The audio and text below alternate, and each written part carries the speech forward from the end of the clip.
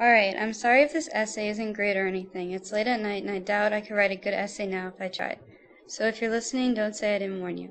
I just got back from my minimum wage, going nowhere job that I've been at a year now.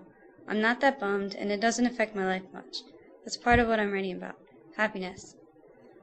I'm not going to define it or anything like I believe happiness is, because it's boring. I don't feel like attempting to define happiness. I don't really need to take up that much time with definitions, and I think it's probably been done by too many people too many times.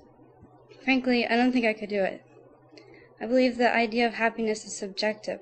I think that what makes happiness all depends on what we think is going to make us happy. If our expectations are put too high, we try too hard to work to obtain happiness. That is, we think happiness is something to obtain. As though if we work hard enough to try to find it, we'll suddenly reach nirvana and never be glum again. Yet I know that most of the time hard work pays off, or at least some of the time. But if we think that being is something we have to strive to achieve, we're going to miss what's already there. See, I think there's a problem with how people judge themselves and their happiness. Usually it's against other people, and if you compare yourself to someone else, you're going to come out with a whole lot of disappointments. There's always someone better off and someone worse off than you. I'm one of 4 children, and I know that comparing myself to them doesn't define me. I'll give an example. On one hand, I go to a private school with a whole bunch of unhappy girls who are always complaining that they don't have something or they don't look a certain way. On the other hand, I've got drug dealer friends, kids in juvie, and a couple of pyromatics, maniacs that are content with what they have in life and don't trouble themselves with that kind of stuff.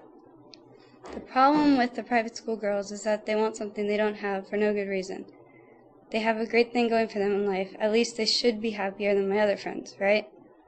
Well, maybe if they didn't set their expectations for themselves so high and they just got on with their life, maybe they could find happiness through something other than a new cell phone or a smaller dress size.